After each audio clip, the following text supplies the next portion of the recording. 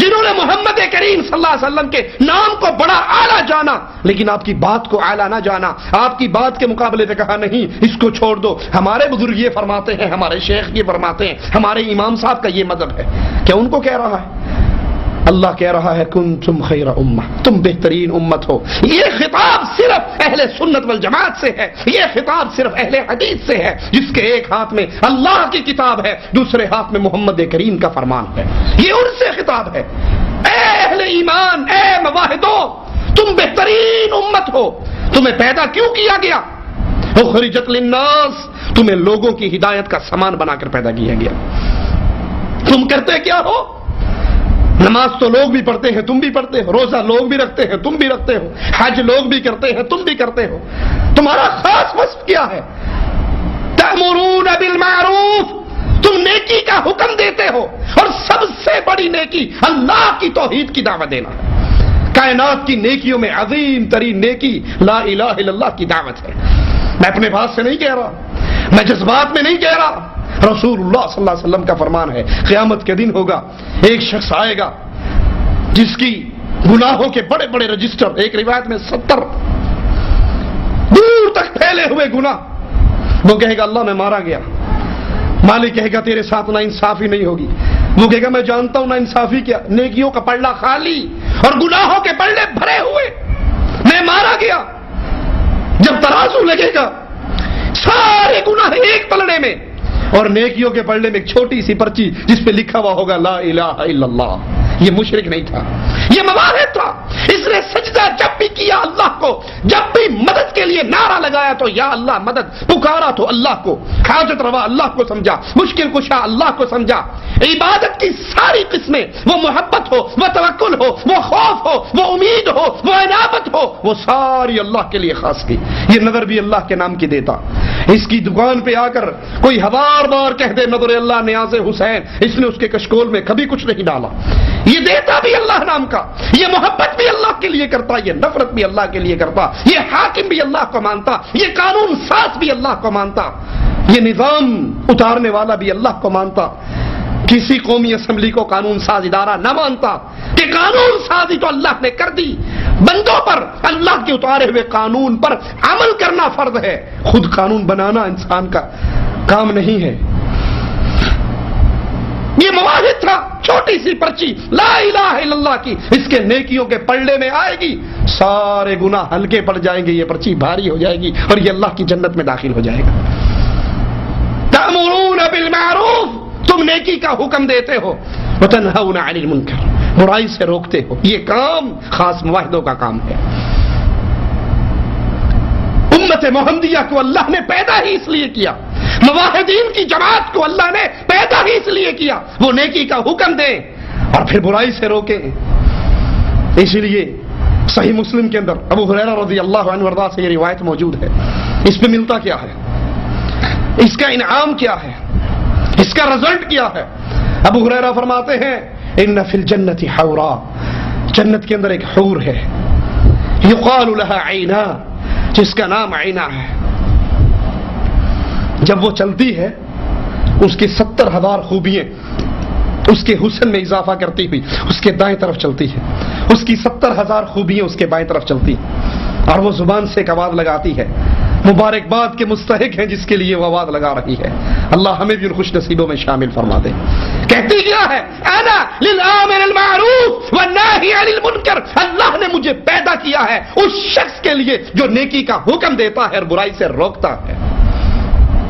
اس سے بڑا کوئی رزلٹ، جنت کی بھی خوشخبری، جنت کی عظیم ترین نعمتوں کی خوشخبری ہے۔ مجھے اللہ نے اس کے لیے پیدا کیا جو برائی دیکھنے کے بعد یہ نہیں کہتا اس نے اپنی قبر میں جانا ہے، میں نے اپنی قبر میں جانا ہے، اس نے اپنا حساب دینا، میں نے اپنا حساب دینا۔ آپ نے انڈیا پاکستان میں ایک منظر دیکھا ہوگا، صبح صبح موٹر سائیکل پہ، بائک پر لوگ ناشتہ لینے کے لیے گھر سے نکلتے ہیں، چونکہ موٹر سائیکل رات کو کھڑا کرتے ہیں تو اس کی ہیڈ لائٹ جل رہی ہوتی ہے نا۔ اب صبح کسی کو احساس ہی نہیں ہوتا کہ ہم لائٹ بند کر لیں، اکثر نہیں پتہ لگتا۔ بائک پہ آ رہا ہے دہی لینے کے لیے، ناشتہ لینے کے لیے، اس کی ہیڈ لائٹ جل رہی ہے، حالانکہ اس لائٹ جلنے کی ضرورت اب نہیں ہے، سورج نکل رہا ہے، صبح ہو گئی ہے، روشنی پھیل گئی ہے۔ آپ اس کو جانتے ہوں یا نہیں، آپ کی ان سے دوستی ہو یا نہیں، آپ کا اس سے کوئی پیار محبت کا رشتہ ہو یا نہیں، آپ کے گاؤں کا علاقے کا ہے یا نہیں، اس کی موٹر سائیکل کی لائٹ دیکھ کر ہر عقل والا آدمی کیا کرتا ہے؟ غور کیا آپ نے؟ اس کے سامنے یوں اشارہ کرتا ہے یا نہیں؟ کیوں یہ اشارہ کیوں کرتے ہو؟ تاکہ اس کو پتہ لگ جائے بھائی تیری انرجی ضائع ہو رہی ہے، یہ فضول لائٹ جل رہی ہے، یہ بے موقع کی لائٹ جل رہی ہے، اس کو بند کر لے۔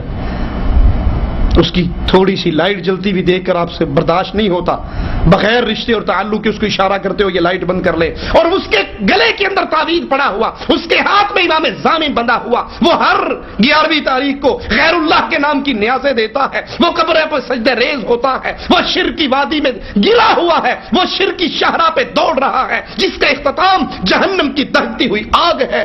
کبھی آپ کو یہ سوچ بھی آئی کہ میں اس کو سمجھاؤں بھائی جس راستے پہ چل رہا ہے یہ راستہ جنت کا راستہ نہیں ہے، یہ راستہ محمد کا راستہ نہیں ہے صلی اللہ علیہ وسلم۔ آپ ایک ایسے راستے پہ سے گزر رہے ہو جہاں سانپ بیٹھا ہے، اژدہا بیٹھا ہے، ہر آنے والے کو روکو گے یا نہیں؟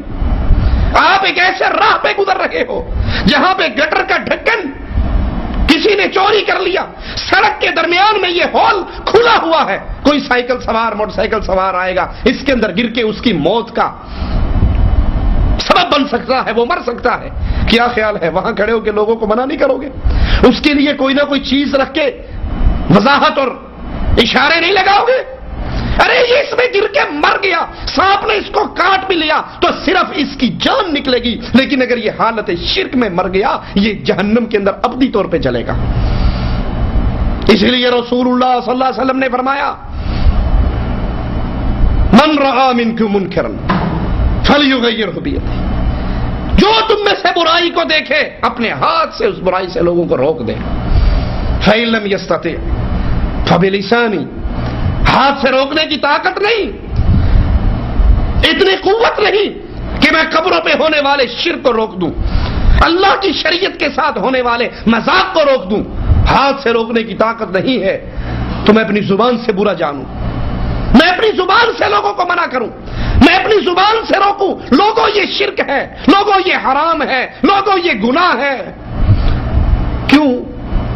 اس لیے نہیں، پہلی کوشش یہی ہے کہ لوگ باز آ جائیں، اگر نہیں بھی باز آتے بھاڑ میں جائیں، میرے ذمے آوازہ لگانا فرض ہے، میرے ذمے بتا دینا فرض ہے، اور میں یہ آوازہ اس لیے لگا رہا ہوں کیا تاکہ کل قیامت کے دن میری جان تو چھٹ جائے، میں تو اللہ سے کہوں اللہ میں نے تیرا لگایا ہوا کام پورا کر دیا تھا، میں نے ان کو بتا دیا تھا، کسی کا ہاتھ آپ کے گریبان میں نہ آئے، اور یاد رکھنا یہ گریبانوں میں ہاتھ پڑیں گے قیامت کے دن، آپ کا پڑوسی، آپ کا رشتہ دار، آپ کا کزن، آپ کی ساس، آپ کی بہو، آپ کی بیٹی، آپ کی بیوی قیامت کے دن آپ کے گریبان کو پکڑے گی اگر آپ نے دنیا میں ان کو غلطیوں پہ نہ ٹوکا، ان کی اصلاح نہ کی، ان کو دعوت نہ دی، ان کو نہ سمجھایا۔ پڑوسی کہے گا اللہ پیسوں کی ضرورت ہوتی یہ دے دیتا، رات 2 بجے بھی بچہ بیمار ہوتا، گاڑی کی ضرورت پڑتی یہ چابی پکڑا دیتا، دنیا کا جو معاملہ ہوتا یہ میرے ساتھ بڑی محبت کا معاملہ کرتا۔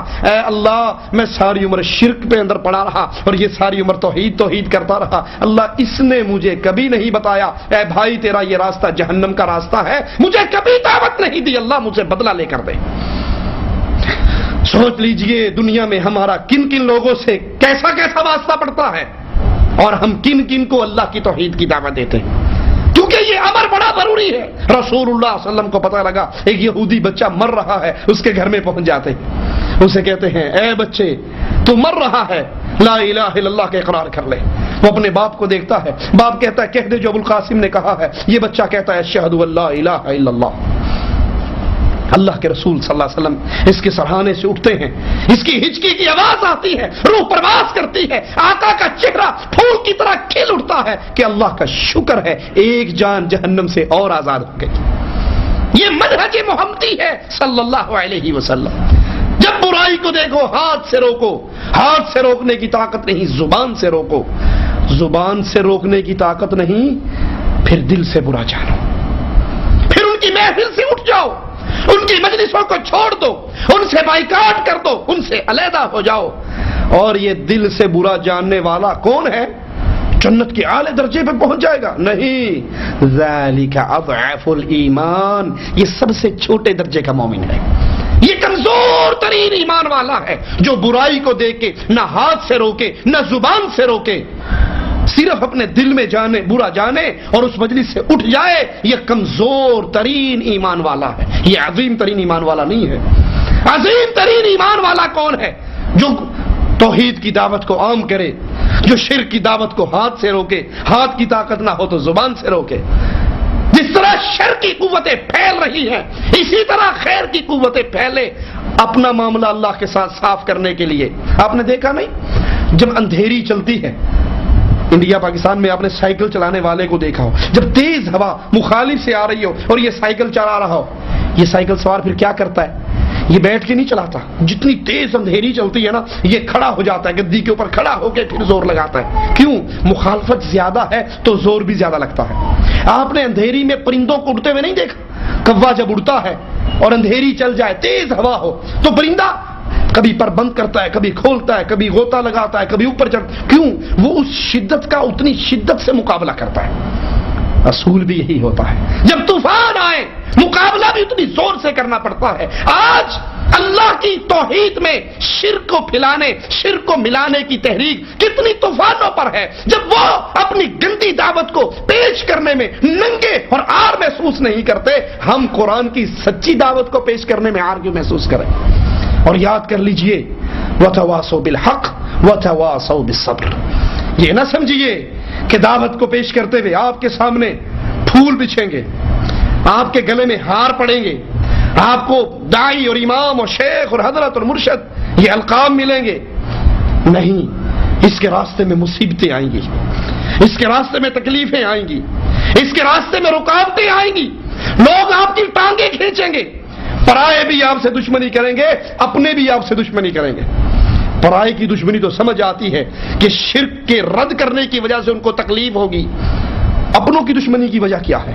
اپنوں کی دشمنی کی وجہ یہ ہے کہ شیطان ان کو استعمال کرتا ہے، اچھا یہ اتنا کام کر رہا ہے، اس کے اتنی محنتیں ہیں، اس کا نام بڑا اونچا ہو گیا، اب تو اس میں فتنہ ڈال، تو لوگوں کو کہے یہ ریاکار ہے، تو لوگوں کو کہو یہ اپنے نام کے چرچے کے لیے کر رہے ہیں۔ اب وہ شیطان ان کو استعمال کر رہا ہے، اور جب انسان غصے میں آ کے، اچھا ایک تو میں اللہ کے لیے کام کر رہا ہوں، بغیر تنخواہ کے کام کر رہا ہوں، مفت میں کام کر رہا ہوں، اوپر سے میرے اوپر الزام لگ رہے ہیں، اب وہ چھوڑ کے بیٹھ جائے، تو شیطان نے جن کو فتنے کے لیے استعمال کیا تھا وہ بھی ٹھنڈے ہو کے بیٹھ جائیں گے۔ وہ اللہ کی رضا کے لیے نہیں اٹھے تھے، وہ اس اللہ کے دین کے کام کر کے جنت کے اعلیٰ درجے کمانے والوں کو روکنے کے لیے اٹھے تھے۔ جب یہ رک گئے، شیطان کا مقصد پورا ہو گیا، وہ بھی سو گئے۔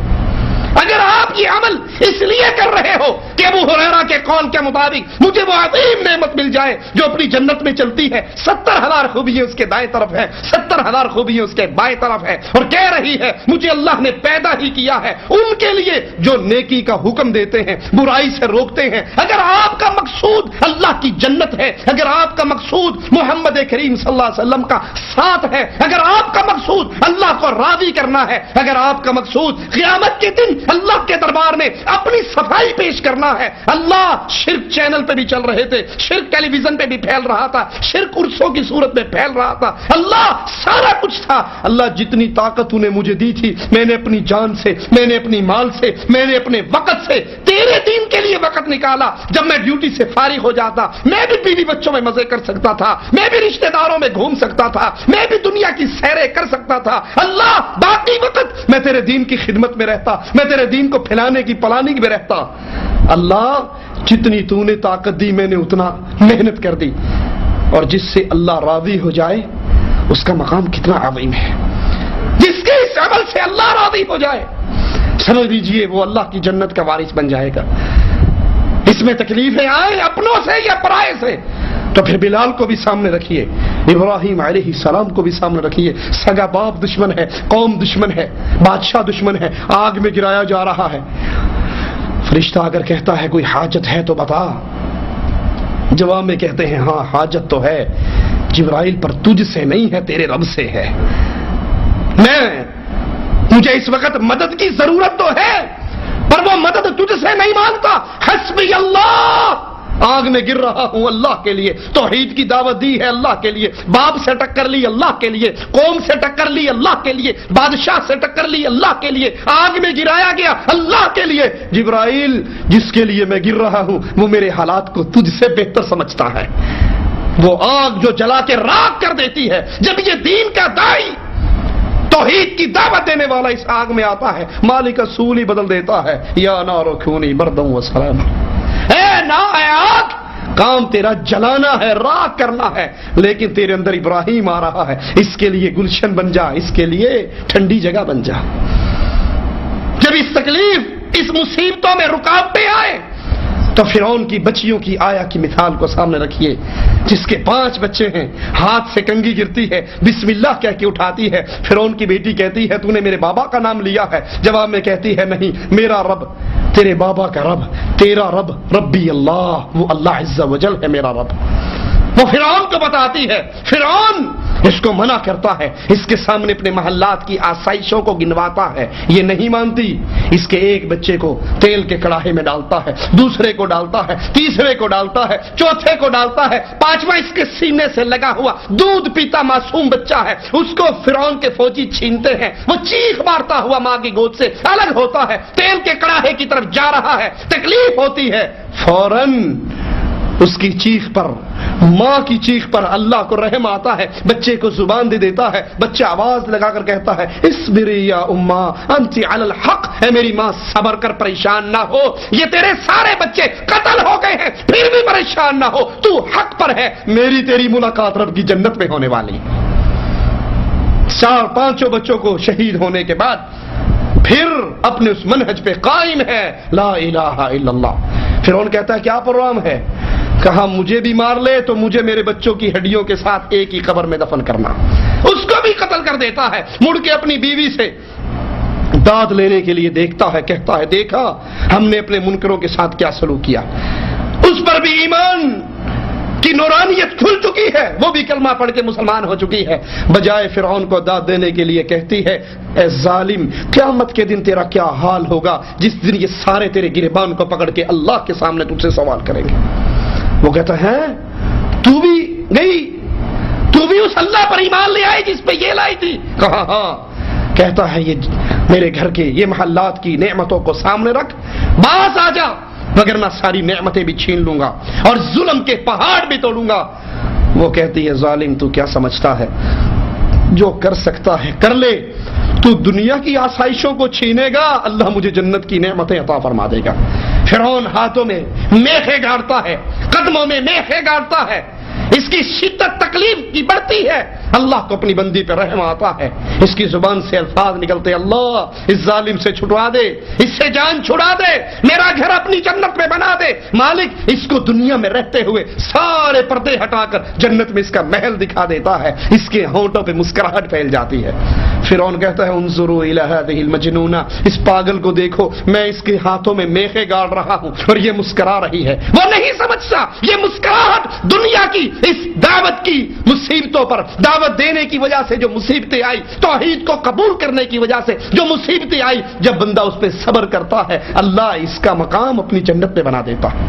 اللہ سے دعا ہے اللہ ہمیں توحید کو سمجھنے کا، توحید کا فہم حاصل کرنے کا، اپنے فضل و کرم سے ہمیں توحید سمجھا دے، اس کا فہم عطا فرما دے، اس پہ قائم اور دائم رکھے، پھر نیک اعمال کی توفیق عطا فرمائے، اور پھر اس دعوت کو لے کر گلی گلی اٹھنے کی توفیق عطا فرمائے۔ ہمیں اس صحابی والا ایمان دے دے جس کو رسول اللہ صلی اللہ علیہ وسلم نے بھیجا تھا، فلاں بستی میں جا کر لا الہ الا اللہ کا پیغام دو، وہ صحابی پہنچتے ہیں، بستی کے چوک میں کھڑے ہو کر کہتے ہیں مجھے پناہ دو، میں اپنے نبی کا پیغام دینے کے لیے آیا ہوں، اور وہ پیغام یہ ہے قولوا لا الہ الا اللہ۔ ایک مشرک نوجوان پیچھے سے آتا ہے، نیزہ اس صحابی کی کمر میں مارتا ہے، نیزہ اس کی چھاتی کو چیر جاتا ہے، ادھر سے نیزہ سینے سے نکلتا ہے، زبان اس کی پکار اٹھتی ہے فزت برب الکعبہ، کعبے کے رب کی قسم میں کامیاب ہو گیا ہوں۔ کیسی کامیابی، بیوی بیوہ ہو گئی، بچے یتیم ہو گئے، کاروبار ختم ہو گیا، لٹ گیا، برباد ہو گیا. کامیابی کیسی ہے؟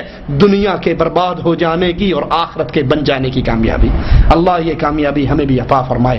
اللہ ہمارے دل میں وہ غیرت ایمانی پیدا فرمائے کہ ہم برائیوں کو دیکھیں اپنے ہاتھ سے، اپنی زبان سے ان کو روکیں، نیکی کا حکم دے، توحید کا حکم دے، توحید کو پھیلانے والے بن جائیں، اور کسی نہ کسی طرح ہمارا رشتہ اس دعوت کے ساتھ جڑ جائے.